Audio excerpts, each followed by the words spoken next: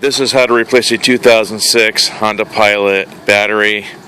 This is actually an existing Costco battery. I'm swapping out with another one. I've owned this car approximately 8 years, a little over 8 years. Second battery replacement. That's a little disappointing. Anyway, we'll get through how to take it out. This is a 3/8 inch wrench. I don't have a socket wrench that size, and the socket this size is 11 mil. Should work. We'll see. We'll get going.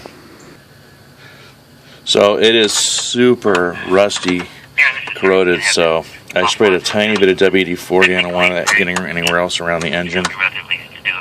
Yeah. So I undo this, unscrewed it by hand, and this comes out easily. It's just a little bar at the end that will slide over. I'll actually leave that attached to it just to make it really easy.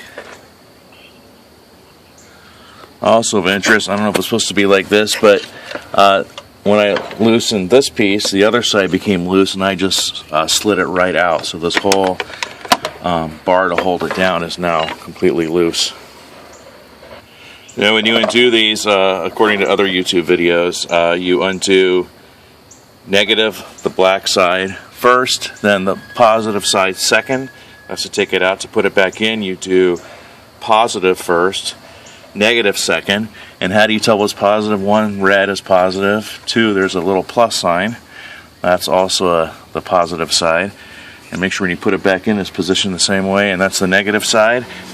There is an intermediate step you can do, which is between battery replacement. You can hook up a temporary power source, and that way you keep all the codes to the car intact, radio, computer systems, whatever. 2006 Pilot, I'm actually a little worried. I changed my 2006 Kia Sedona yesterday, and it was just a radio, and it actually kept some of the stations, but lost others for some reason. We'll see what happens with the Pilot. Hopefully I won't have to look at some kind of weird factory code. Alright, I stand corrected. It is a 10 millimeter connection to undo the terminals. Again, to take it out, negative first. Alright, and you do not want to undo the screw all the way. It'll just make it, you just need to make it so it's loose and it just slides right off. Look at that. Ooh. Now, to make sure I don't have any kind of connection, you do not want to touch negative and positive together. The battery is still has quite a charge on it, just not enough to turn over the actual car to start it. So I'm going to put this to the side, a rag for safety, and now I'll do the other side. For reasons unknown, the geniuses at Honda, that is not a 10 millimeter, but the 3/8 inch wrench I use for the cross support bar are fitted exactly. Again, just make it a little looser until it slides right off, just like that. Voila, battery is now loose. I'm going to put that away as well, just so it doesn't touch the actual battery. This has a nice handle on it, so I can hopefully lift it straight out. Alright. Old, new. And this is what it looks like inside the cradle.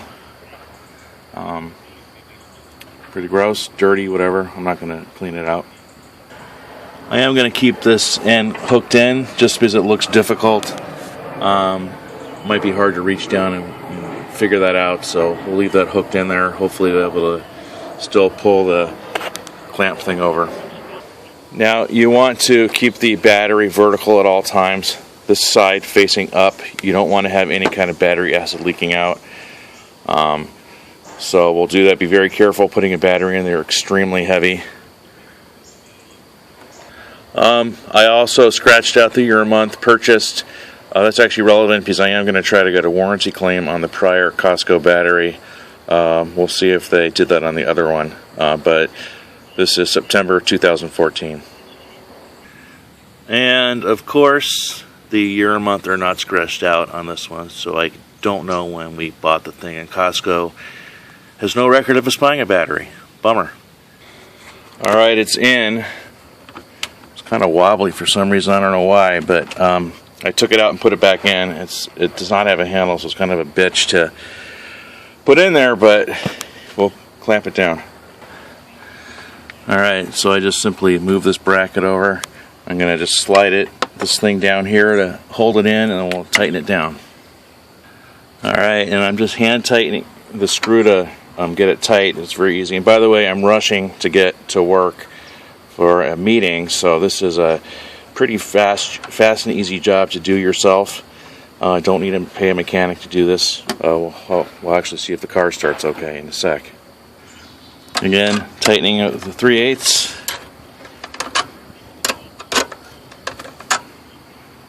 Alright, it's tight, it's super snug. The wobble I was talking about earlier is now gone. Also note, you can clearly see the purchase date now on the way it was before. The sticker was completely covered.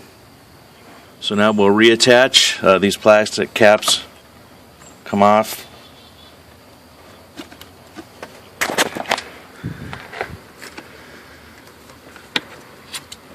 Just like that. Move this, slide this on, like that. Remember, positive first.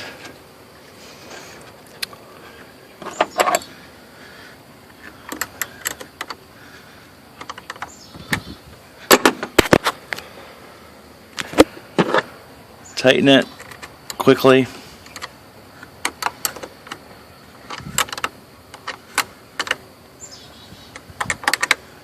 Alright, now we'll get negative on.